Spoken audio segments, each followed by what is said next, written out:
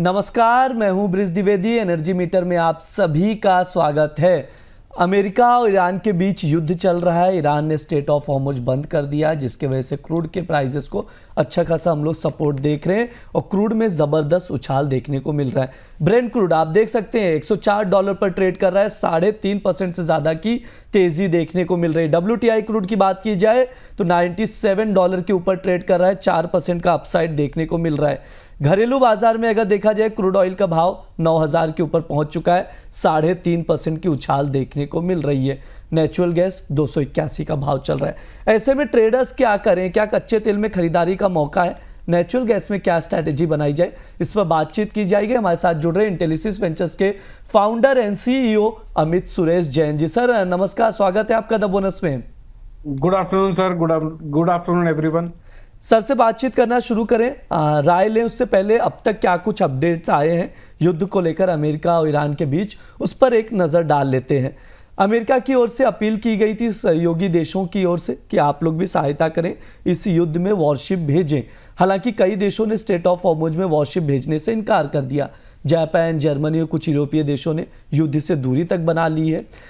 ऐसे में ट्रंप ने युद्ध की शुरुआत तो कर दी, लेकिन अब कोई भी देश खड़े होने के लिए साथ में आ नहीं रहा है। नाटो का एक तरह से वीकनेस हम लोग देख रहे हैं। साथ ही आप लोगों को बता दूं, खाड़ी देशों पर जो US बेस है वहां पर ईरान ने अटैक किया। अब खाड़ी देश अमेरिका से सख्त कार्रवाई की मांग कर रहे हैं। ईरान की ताकत स्थायी रूप से कमज़ोर किए जाने की मांग की जा रही है, लेकिन अमेरिका चाहता है कि खाड़ी देश भी युद्ध में खुलकर अमेरिका का साथ दें। स्टेट ऑफ हॉर्मुज बंद है, जिसके वजह से क्रूड ऑयल के प्राइसेस में उछाल देख रहे हैं। बातचीत करेंगे, समझेंगे अमित सर से। सर सबसे पहले क्रूड ऑयल पर आपसे राय लूंगा। ब्रेंट 103-104 पर चल रहा है। WTI क्रूड $97 पर। घरेलू बाजार में भी अच्छी खासी तेजी देख रहे हैं। सर और कितनी तेजी देखनी बाकी है ब्रेंट क्रूड में सर?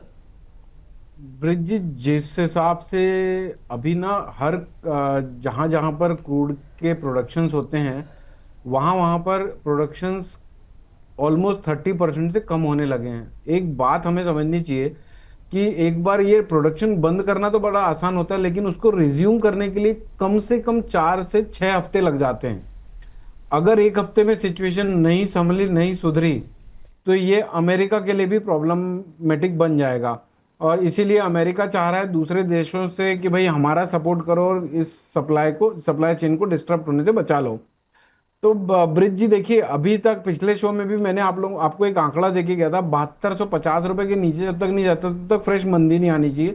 लगभग हमने 7200-7300 तक का ही करेक्शन देखा और वहां से वापस 9000 रुपये आ चुका है।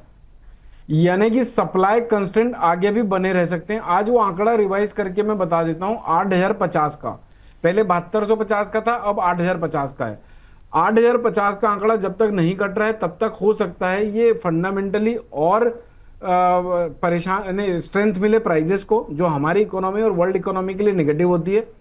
और इस ऑन द कॉन्ट्ररी, अगर 8050 का आंकड़ा नहीं कटता है तो हम पॉसिबल है कि हम एक बार डबल टॉप टेस्ट करें एटलीस्ट, यानी $120 और MCX में रेट देखें तो 10,500 के आसपास। तो 8050 जब तक नहीं कट रहा है तब तक हम डबल टॉप 10,000 के पार एक बार बाजार को देख सकते हैं। रणनीति मेरे तरफ से ब्रिज जी देखिए, अभी 9020 रुपए का भाव चल रहा है। मार्च 2026 का वायदा कारोबार। आज हम खड़े हैं 17 तारीख पे, 2 दिन बाद इसकी एक्सपायरी है। यही कॉन्ट्रैक्ट में अचीव होगा नहीं होगा अलग बात है। अच्छा, दूसरी बात, दोनों अगला कॉन्ट्रैक्ट भी मैं देख रहा हूं, अप्रैल कॉन्ट्रैक्ट एकदम सेम रेट पे चल रहा है, ना कोई डिस्काउंट है ना कोई प्रीमियम है। तो आप 8950, 8980 की रेंज पे बाय कर सकते हैं। 8600 का स्टॉप लॉस होगा। 9400 और पॉसिबल 10,000 रुपए के टारगेट हम आगे भविष्य में क्रूड ऑयल के स्क्रीन पे लगते हुए देख सकते हैं। सेल नहीं करना है, अभी सेल नहीं करना, ये क्लियर कट राय है। बाय करने की सलाह दी जा रही है। ट्रेडिंग कॉल स्क्रीन पर है। क्रूड ऑयल का मार्च वायदा 8,950 या 8,980 पर लॉन्ग करें। 9,400 तक के टारगेट के लिए 8,600 का स्टॉप लॉस लगाएं। सर एक चीज़ और आपसे समझना चाहेंगे, जो ये तेज़ी है क्या क्रूड ऑयल को $150 तक ले जाएगी?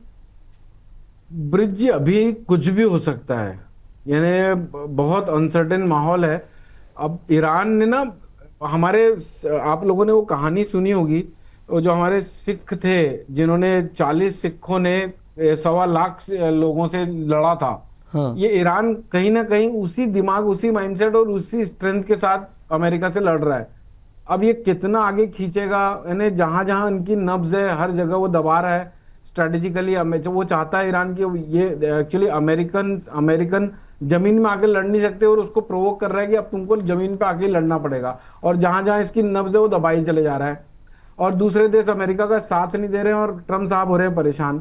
तो अभी ऐसी सिचुएशन में ब्रिज जी कुछ भी हो सकता है। इनफैक्ट ईरान तो खुद ही बोल रहा है कि मैं $200 तक क्रूड ऑयल को पहुंचा दूंगा अगर अमेरिका ने हमारी शर्तों को नहीं माना तो कभी कभी ऐसा लगता है कि अब ये $200 का एक लॉलीपॉप पकड़ा देंगे या फिर यहाँ से बाजार वाकई में $200 हो जाएगा, ये बड़ा डाइसी है। अभी एक बात क्लियर है, 8,050 के ऊपर जब तक है तब तक कुछ भी हो सकता है। ठीक है, ये सर की राय है क्रूड ऑयल में। अभी भी हम लोग लगातार तेजी देख रहे हैं। सर नेचुरल गैस पर क्या व्यू रहेंगे? 280 का भाव चल रहा है, क्या किया जाए? ब्रिज जी नेचुरल गैस देखिए 280 रुपये 40 पैसे का भाव चल रहा है। मुझे ऐसा लगता है 289 और 297 के इसके ब्रेकआउट होंगे अपसाइड, अगर इसको मोमेंटम ट्रिगर करना है तो करंट मार्केट प्राइस में खरीदना नहीं है, ये बात तय है। 297 रुपए के ऊपर निकलता है तो हम बाइंग के साइड का प्रोस्पेक्ट खोल लेंगे, बना लेंगे, वरना रेंज बाउंड बाजार लगता है 260 और 290 के बीच का। इसमें भी मेरी तरफ से कुछ रणनीतियां हैं। ब्रिज जी 287 288 के आसपास मिले तो बेच सकते हैं। 296 का स्ट्रिक्ट स्टॉप लॉस होगा, 280 278 के टारगेट होंगे। और बाय की रणनीति भी है ब्रिज जी, 277 रुपए 80 पैसे 278 रुपए के आसपास बाय कर सकते हैं। एकदम छोटा सा स्टॉप लॉस है 276.90 का, जरूर लगाना है। यानी ऐसा नहीं कि छोटा स्टॉप लॉस है इसलिए इग्नोर कर दिए, यहां से अगर कोई गिरावट आई तो रुकेगी नहीं। टारगेट होंगे 280 282 284 के, शॉर्ट टर्म पिक है ये, तो आप इस फॉल को इस लेवल पे बाय करके बाउंस बैक को एंजॉय कर सकते हैं।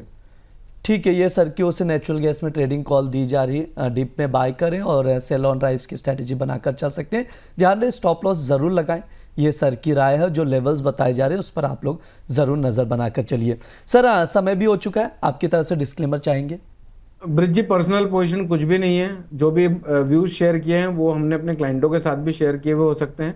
बस एक ही रिक्वेस्ट है कि जो भी आंकड़ों, जैसे मैं कहता हूं कि 8,050 के नीचे ही क्रूड ऑयल को बेचना है, तो आप उतना कोशिश करिए कि ये सारे बड़ी मेहनत करके निकाले जाते हैं आंकड़े, इनको रिस्पेक्ट जरूर करिए, इनके स्टॉप लॉसेस जरूर मेंटेन करिए। कोई भी पोजीशन बनाते हैं तो अपने फाइनेंशियल एडवाइजर से संपर्क करने के बाद ही निष्कर्ष में आइए।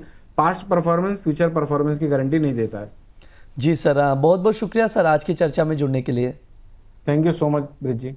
ये हमारा एनर्जी मीटर शो है। इस दौरान तमाम एनर्जी कमोडिटीज़ पर बातचीत की जाती है। स्पेशली हमारा फोकस क्रूड ऑयल और नेचुरल गैस पर रहता है। तनावपूर्ण स्थिति बनी हुई है, अमेरिका ईरान के बीच युद्ध चल रहा है, स्टेट ऑफ हॉर्मुज़ बंद है, क्रूड ऑयल में अच्छी खासी तेज़ी देखने को मिल रही है। और इसके अलावा नेचुरल गैस की बात की जाए तो एक रेंज में ही ट्रेड होता हुआ दिखाई दे रहा है। जो एक्सपर्ट्स कह रहे हैं उसके अकॉर्डिंग आप लोग स्ट्रैटेजी बनाकर चल सकते हैं। फिलहाल के लिए शो में इतना ही। आप लोग बने रहिए द बोनस के साथ। धन्यवाद।